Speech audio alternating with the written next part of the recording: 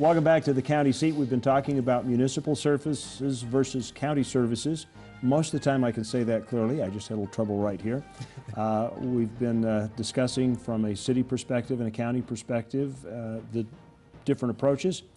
You were about to make a comment when we went into break. So my only comment, Lincoln, maybe go ahead. And it just kind of synthesizes the issue. In addition to defining the services, and to the point Brent brought up, I think it's understanding what the baseline service will be. Because you can't get out, I think establishing a fairly low baseline of countywide services may be of value, and then recognizing its role cities when they incorporate or decide that they're mature enough, if you will, to provide an enhanced level of service. There's room to actually enhance that level of service. So in addition to just defining services, generally speaking, we're also going to have to define what the baseline is so everyone has a rough understanding of what they're getting from the county and what the expectation of their city or town will be as well.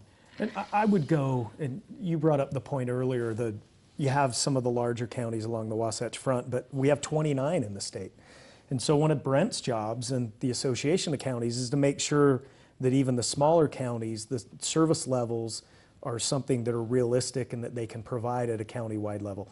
Some of our smaller counties, if you don't do it at a regional level, it's not going to happen. It's not going to be able to get done, and the cities, I think, understand that as well.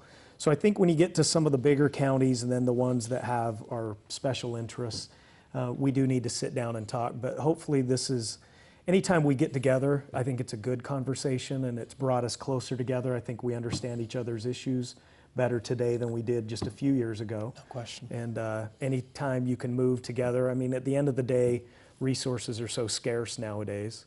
So, you know, you have to make sure the tax dollar is preserved and that you're spending it wisely and not duplicating it and trying to hold down the costs of government. I think that's what people expect, especially in Utah. Mm-hmm. So I think that's one of the reasons why the Association of Counties and Brent's brought this forward is everybody's got to crunch the budgets and everybody's under the scrutiny of the public on where their tax dollars are going, and we want to be smart about it. Well, and just to make sure that everyone understands, this conversation's been taking place for a long time.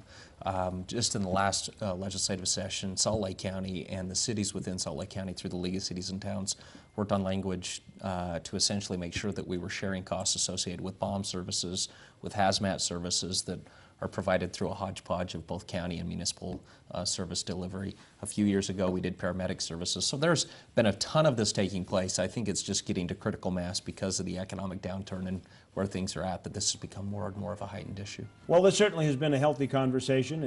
We've covered a lot of territory. Worth watching again. So you might want to tell your friends if they missed it to check us out at thecountyseat.tv on our website. If you've got comments, we also have a Facebook page. We'd love to hear your comments on the program. We'll look for you next week right here on the County Seat. We'll see you then.